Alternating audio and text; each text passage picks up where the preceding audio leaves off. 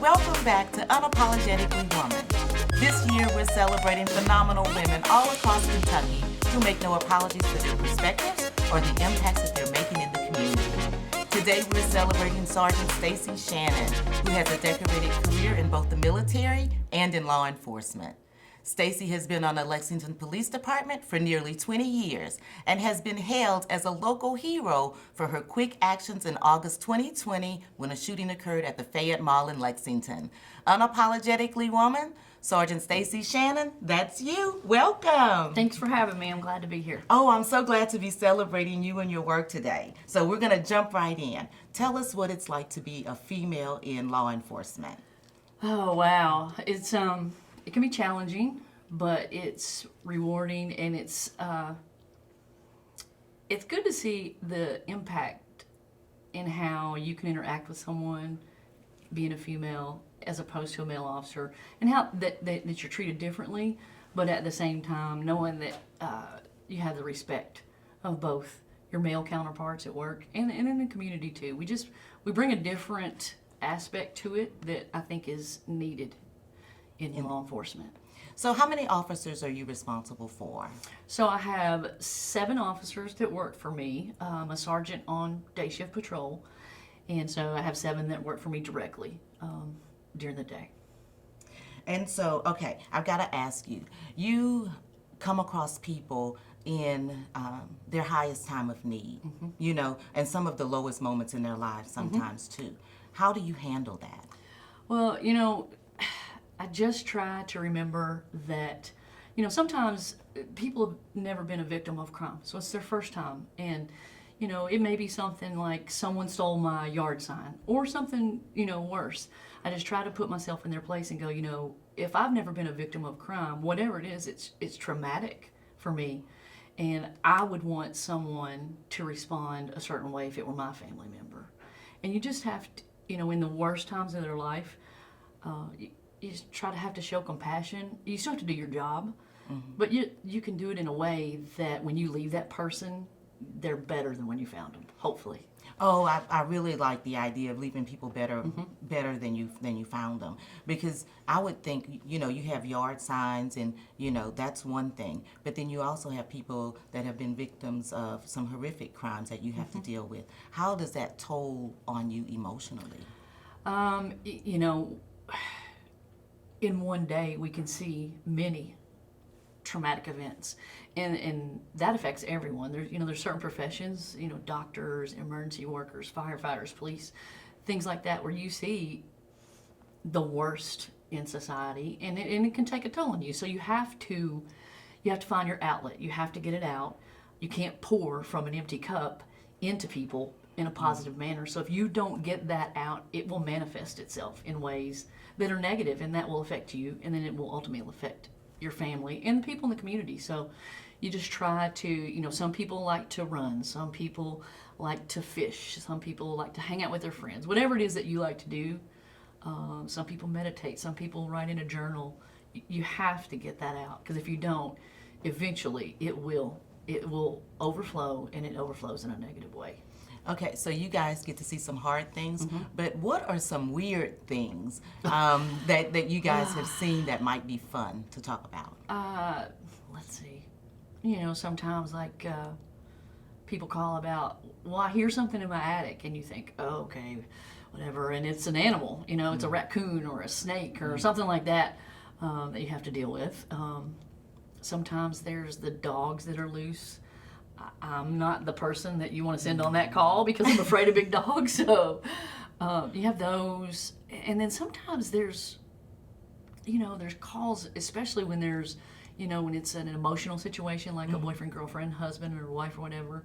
There's emotions going on, and sometimes you just can't make up stuff about what people are doing or saying. There's so many different things. You could write a book. You really could. I bet you see a lot of things. Oh, yeah. Okay, so I'm going to talk about your journey. Oh, man. You graduated from Boyle County and entered the Marine Corps. Tell us about that. So my parents are divorced, and I wanted to go to college, and I knew that they couldn't pay for it, and so my way to do that was to go in the military, you know. So I was going to go in the Army first because that's where my father and uncle and everybody, they were in Vietnam. And the Army told me I couldn't jump out of airplanes because I was a woman. And I was like, oh, well, okay, fine. I'll just go in the Marine Corps then. That was the only reason? Mm-hmm. Yeah. And so the Marine recruiter was next door. And so I went and talked to them. And so I joined the Marine Corps. Okay, well. Went straight, I graduated high school in May and went to boot camp in October. Okay, so tell us about what your work was like in the Marine Corps. So when I first joined the Marine Corps, I was a legal clerk, so kind of like a paralegal. Mm-hmm. I did that for a while, and then I became a military policeman, there's two types of military policemen in the military. So there's the law enforcement side, and those are the ones you see at the bases, the military bases on the gate, things like that. And they do law enforcement, traffic stops, things like that. And then there's field military police. So field military police have a different mission, and they are usually attached to grunt units, which are the first units that go to war. And so you're attached to them, and your job is route security, route reconnaissance, making sure it's safe for people to go on, capturing EPWs, which are enemy prisoners of war. So that was my journey after the legal clerk position. Sometimes in the military, at least in the Marine Corps, you can't get promoted. And so in order to stay in the military, I had to choose a different job. So I chose that, military police. Was that something, being a police officer, was that something that you've always wanted to do? Mm-hmm. Or is just something that, how did you, decide to do that? Just from being in the military and deciding to do that, and then seeing, once I did that, going to school with some of the other military members who were going to be the law enforcement side. Mm-hmm. And then some of them were my roommates in the Marine Corps. And so I knew that even after I got out of the Marine Corps, this is something I could do. And so you've been active military and reserve. Mm-hmm. Yes, ma'am. So talk to us about that. So I was on active duty for 11 years. Mm-hmm. I was stationed in North Carolina, in Georgia, California, and then once I got out of the military, I was getting out because I was going to get married, and that didn't work out. But so I joined the reserves. I came home and joined the reserves, which was a military police unit here in Lexington. Mm-hmm. And then I got joined the police academy, and while I was in the academy, I got sent to Iraq for Operation Iraqi Freedom, and was there for a year. Came back and rejoined another class at the police academy and graduated early. But yeah, so you the first time you joined or registered for the police academy, it got interrupted because you were going to Iraq. Yeah, I was in the police academy and had been there. I was a week away from becoming a sworn police officer, mm-hmm. So almost finished, and then I got activated to go to Iraq. Yeah. And so then you came back and mm-hmm. you rejoined the class that was already in progress, mm-hmm. or how did that work? The class was already in progress, and so when you come back, they give you refreshers like on the laws, in case laws have changed, mm-hmm. and some of those things that you need. So I had a refresher, left that class early, myself and another guy who was in our class that got activated as well, and then we graduated and we're on FTO early. And so with the Lexington Police Department, you've worked all shifts, day shift, night shift, mm-hmm. all sectors. Tell us about what that's like. So for the longest, I worked third shift in the East End neighborhood, and I loved it because I'm not a morning person. After I got out of the military, I swore I'd never get up to an alarm. Never waking up early again. Never again, not getting up to an alarm. And it was great because I didn't go to work until 10 o'clock at night. So I worked third shift. I worked probably in one of the most challenging neighborhoods, but it was something different every day. Mm-hmm. I think what made it so enjoyable for me was our squad. We were so close. We were a family. We all bought motorcycles. They all had motorcycles, and they all went riding on the weekends, and I wanted to go, and they're like, well, you're going to have to get your own. And so I bought a motorcycle. We would do things like that. We would take family trips, whitewater rafting. So knowing that the people you work with were also your family outside of. Mm-hmm. So I stayed on third shift for most of my career. So while you guys are riding around on these motorcycles, what kind of trips have you been taking on them?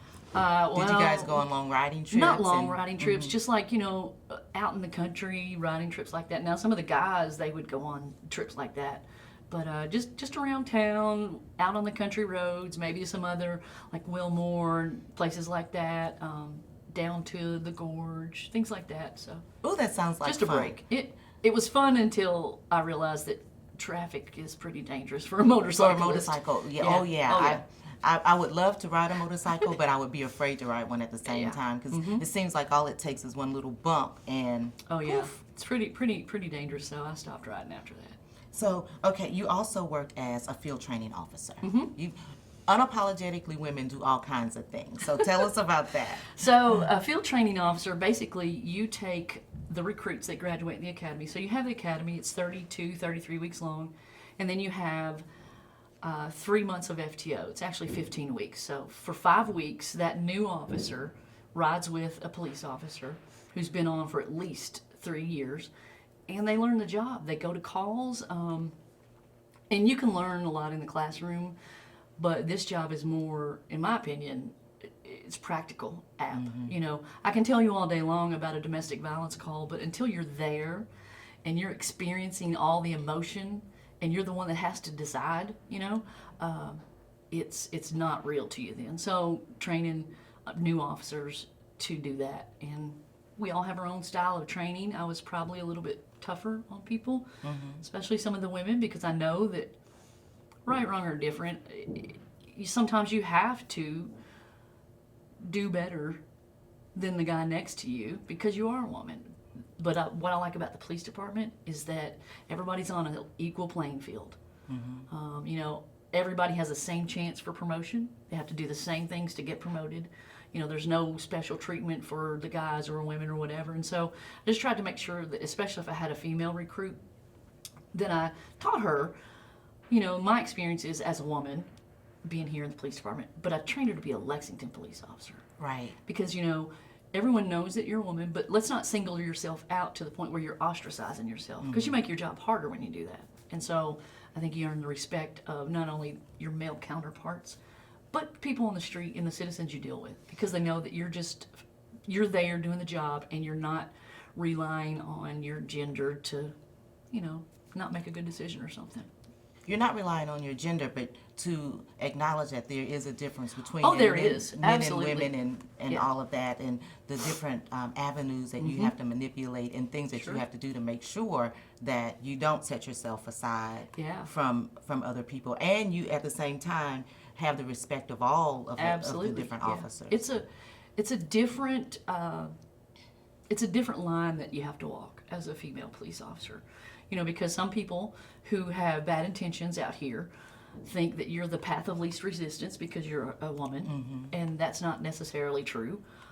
Some people think that they could take advantage of you in whatever way because you're a female police officer. We tend to be more emotional, more empathetic, more compassionate sometimes, but at the same time, you have to, I call it situational. Every call you have is different, and so you have to be able to read that call and know how to apply yourself appropriately to it.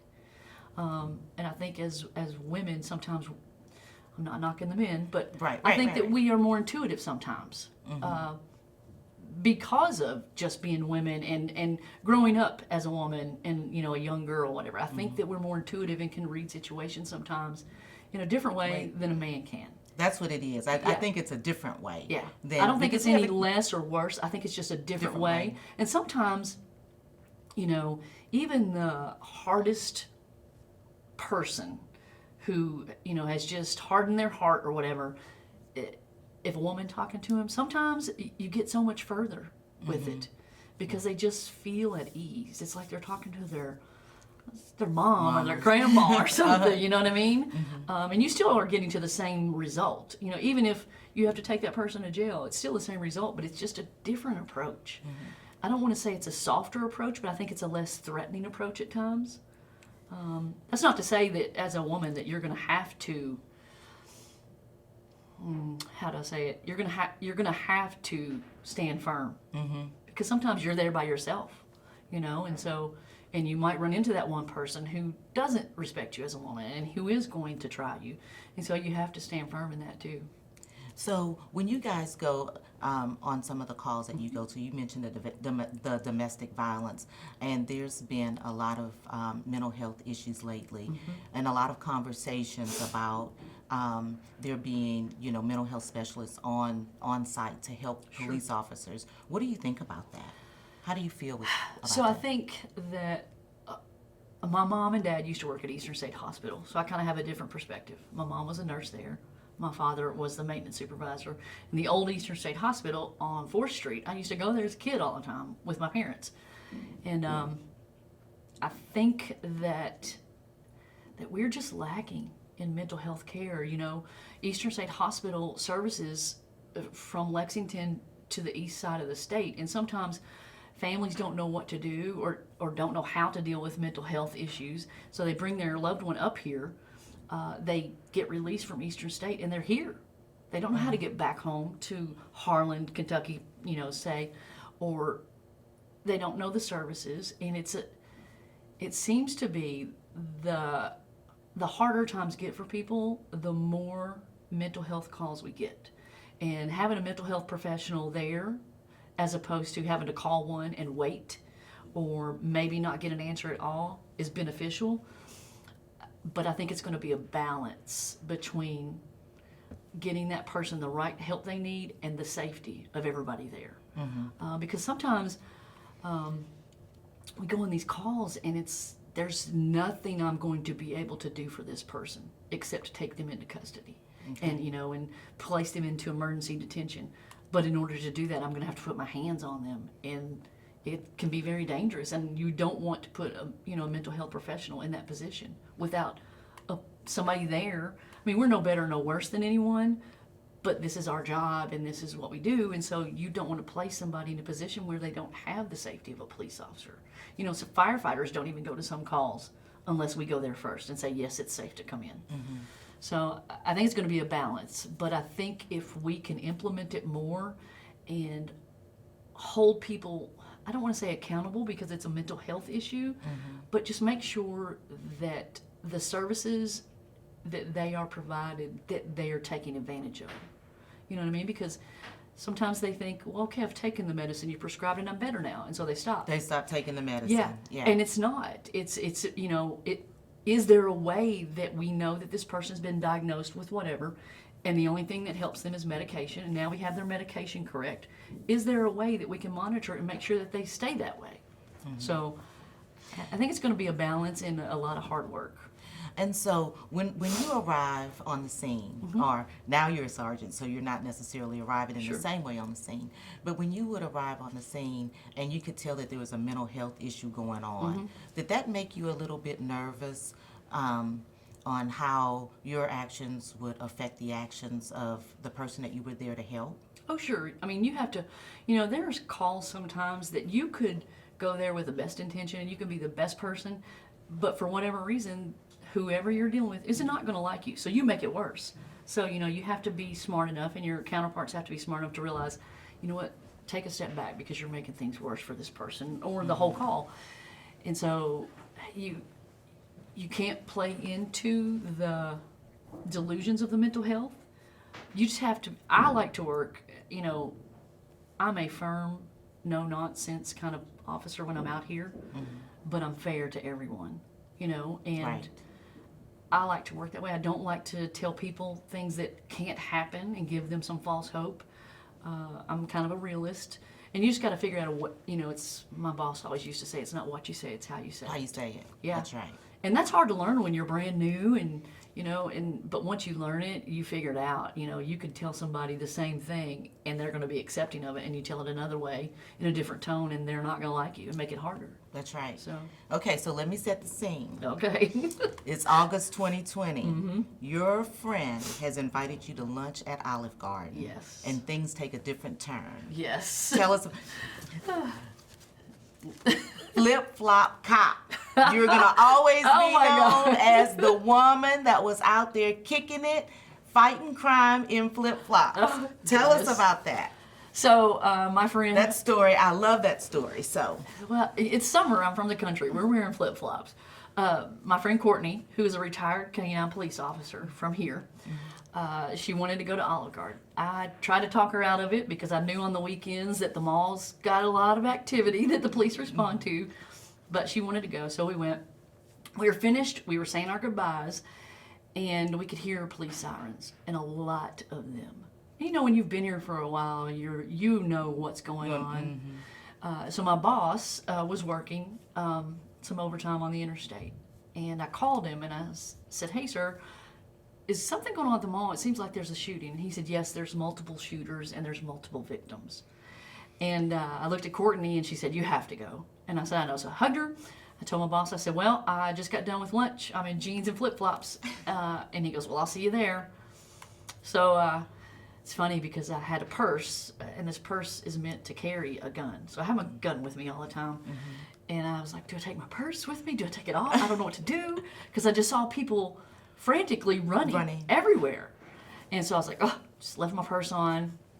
And I run towards the parking lot, and the first person I see is Officer Eden.